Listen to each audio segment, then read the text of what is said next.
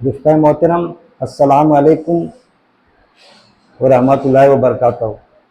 कुरान में अल्लाह ने एक जगह फरमाया, आयत है बाकायदा, तुम्हें मौत आए कि तुम मोमिन हो,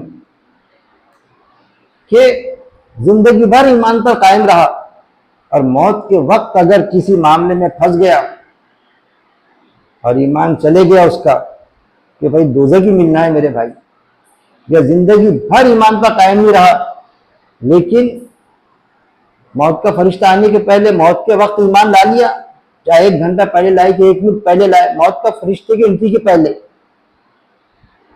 तो काम जम गया। जितने गुनाह किए उसे तौबा कर लिया और मौका नहीं मिला गुने के सुधारने करने का, किसी पर जुल्म किया था उससे माफी मांगने का, या उसको ये कहने का कि मुझसे बदला ले ले भाई, मर गया, मौत आ गई, तो सारे गुनाह माफ, जो कुरान से साबित है।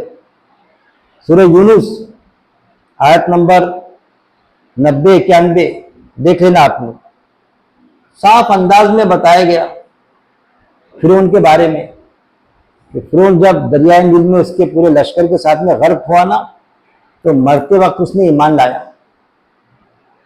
अब देखिए मौत के वक्त का ईमान जो होता तो उसकी एक तरतीब है जो कुरान से साबित है कि जब रूह निकालने फरिश्ता आता ना, तो जो ईमान वाला रहा तो उसको सलाम करके रूह निकालता, और जो ईमान वाला नहीं, मतलब गुनहगार है जो, तो उसकी झंझोड़ के रूह निकालता।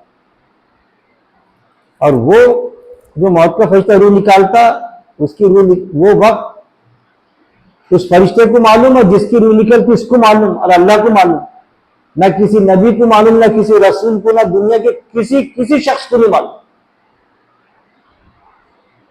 किसी दूसरे फरिश्ते को भी नहीं मालूम। मैं तो यहां तक के कहूंगा बस मौत के फरिश्ते को मालूम, अल्लाह को मालूम है, जिसकी वो रूह कब्ज होती उसको मालूम। तो जब मौत का फरिश्ता आता, हम बोलते ना सकरात में तो उस वक्त मौत का फरिश्ता नहीं आता, जब रूह निकालने आता हो विदिन सेकंड। अब जो हमको बताया जाता ना बाद में सवालात होंगे, ये होंगे, कोई सवाल नहीं है, वो जो हदीस है, हदीस जो है कब्र में 3 सवाल होंगे, तो यही तो पूरा गेम बच जा रहा उसका। रूह निकालता, सलामती से रूह निकाला तो इल्लीजीन में जाती, और झंझोड़ के रूह निकाला तो सिज्जिन में जाती। इल्लीजीन मुकाम ऊपर है, सिज्जिन जमीन के तह में है, पाताल में। मौत के वक्त ईमान होना जरूरी है। तो फिरौन का आयत के जरिए से बताया, अल्लाह ताला ने उसका तस्करा किया कि मौत पे उसने ईमान लाया था।